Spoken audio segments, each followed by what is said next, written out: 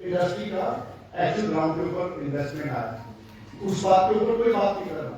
अगर युवाओं की बात करनी है तो मैं ये देख रहा हूं कि शायद 20 से लेकर 29 बरस तक के काफी सारे जो युवा हैं वो इस प्रदेश की जनता के जो नौजवान है वो आज बेरोजगार है और बेरोजगारी के लिए अपने रोजगार के लिए काम है।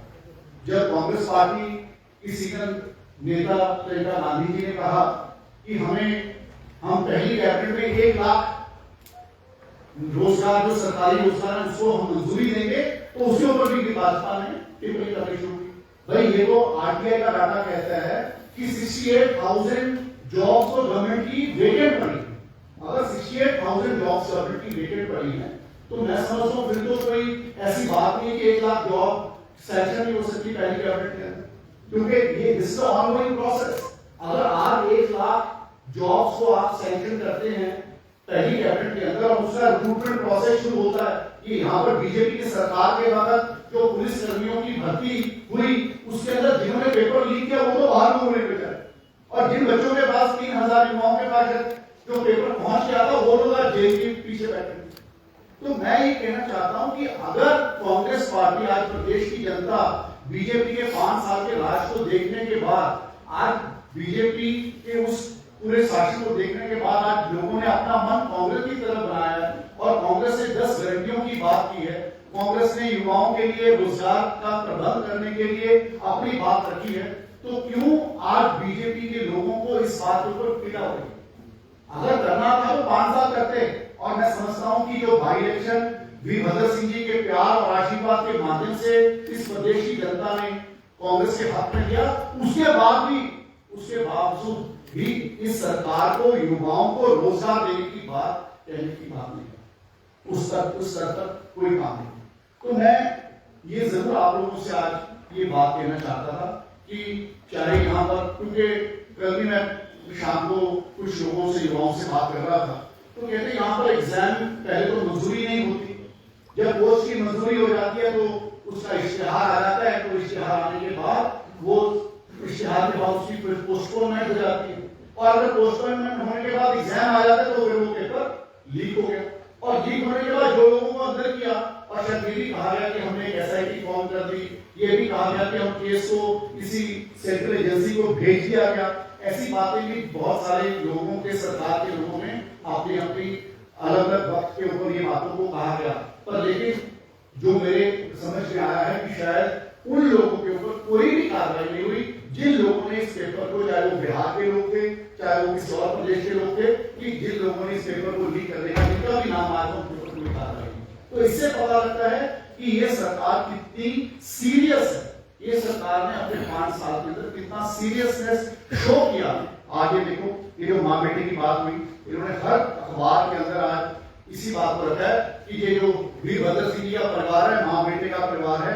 मैं आपको सब लोग इस बात को खुद स्वयं अच्छे से जानते हैं कि कितने ऐसे कैंडिडेट्स हैं बीजेपी के जिनके परिवार के लोग यहाँ पर चुनाव लड़ रहे हैं। 5 तो मेरे पास ही मैं सारे देख सकता हूँ कि 5 लोग तो ऐसे हैं जो लोग ऑलरेडी उनके बच्चे यहाँ पर चुनाव लड़ रहे हैं। तो कहने का मकसद है किसी के ऊपर इस बात का इशारा करने से पहले अपने आंगन में, प्रांगण में देख लेना चाहिए, तो शायद उस बात की और ज्यादा बेहतर हो जाती है। तो मैं अपनी इस बात को, जिस बात के ऊपर आपसे बात रखनी थी, चाहे हमारी 10 गारंटीज की बात है, जिस बात को आप लोगों ने समय समय पर आप लोगों ने हाईलाइट किया है, उसके अंदर एक बहुत बड़ा अनएम्प्लॉयमेंट का जो इशू है जिसको कांग्रेस ने एड्रेस करने की बात वायदे के रूप में, और कांग्रेस पार्टी ने कभी भी अपना मैनिफेस्टो बनाया है, तो हमारी कांग्रेस पार्टी की सेंट्रल लीडरशिप का हर वक्त उसके ऊपर इस बात पे ध्यान होता है कि उसका कितना % उसके अंदर उसका अप्रूवल हो चुका है, कितना % उसके ऊपर काम हो चुका है या क्या क्या हुआ है। ये हमारी पूर्व अध्यक्षा सोनिया गांधी जी का हर वक्त इसके ऊपर ध्यान रहता है। मुझे तो सरकार में रहने का मौका मिला तो मैं समझता हूँ कि हर वक्त उसके ऊपर एक मॉनिटरिंग कमेटी का गठन उसके ऊपर होता है, ताकि जो भी वायदा किसी भी प्रदेश की जनता से कांग्रेस पार्टी ने किसी भी चुनाव से पहले आपने जो मैनिफेस्टो के माध्यम से किया है उसके ऊपर पूर्ति होनी चाहिए, उसके ऊपर उस वादे को पूरा करना चाहिए। तो मैं अपनी बात को यहाँ पर विश्राम देता हूँ और मैं आप सबसे अनुरोध करता हूं कि किसी के मन में कोई इस मुद्दों के ऊपर सवाल हो तो मैं आपके सामने हाजिर हूं। और मैं अलका जी को रिक्वेस्ट करता हूँ कि मैं पंजाब से पूर्व सांसद, पूर्व विधायक, पूर्व मंत्री, ऑल इंडिया कांग्रेस के राष्ट्रीय सचिव रहे, अभी प्रभारी भी है यहाँ पर, विजय सिन्हा जी का धन्यवाद करती हूँ। आपको अखबारों की कटिंग दिखाई, गृह मंत्री गुजरात नहीं गए, 140 लोग मोरबी पुल के गिर जाने से मौत के मुंह में चले गए। संवेदनशीलता होती तो दिल्ली से गुजरात जाते आप गृह मंत्री जी, राजनीतिक रोटियां सेकने, गांधी परिवार और परिवार का मुद्दा उठाने मात्र यहाँ नहीं आते।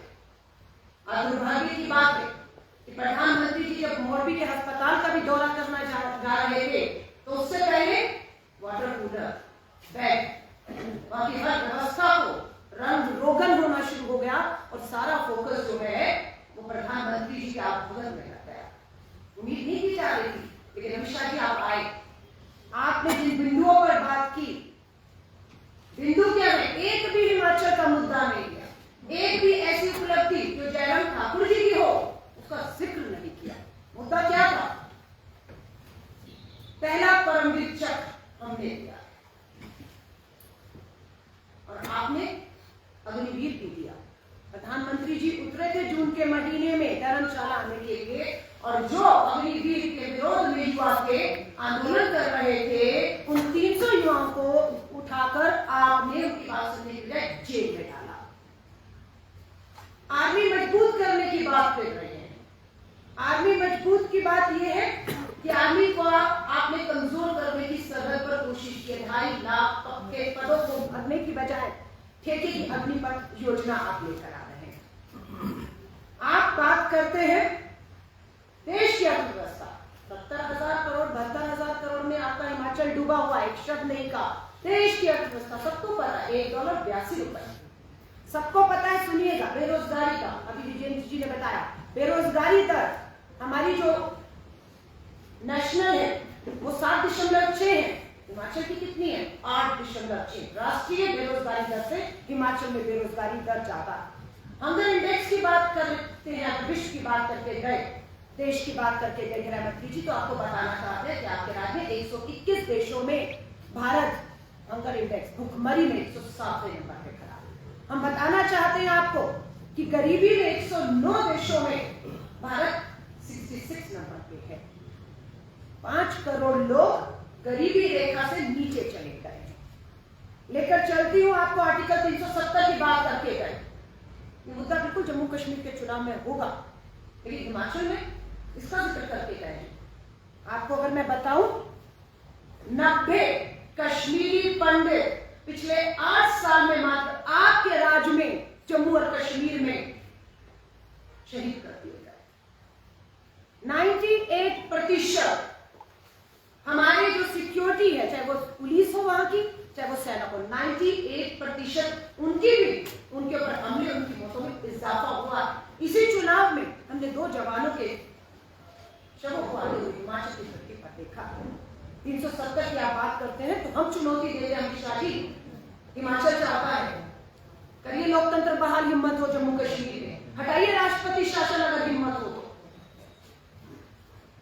पूर्ण राज्य का दर्जा छीना जम्मू कश्मीर का, अन्याय हो रहा है, आवाजें कुछ नहीं जा रही है, और आप हिमाचल में आकर 370 पर वोट मांगते हैं। सुरक्षा के नाम पर नोट करिएगा सीज फायर।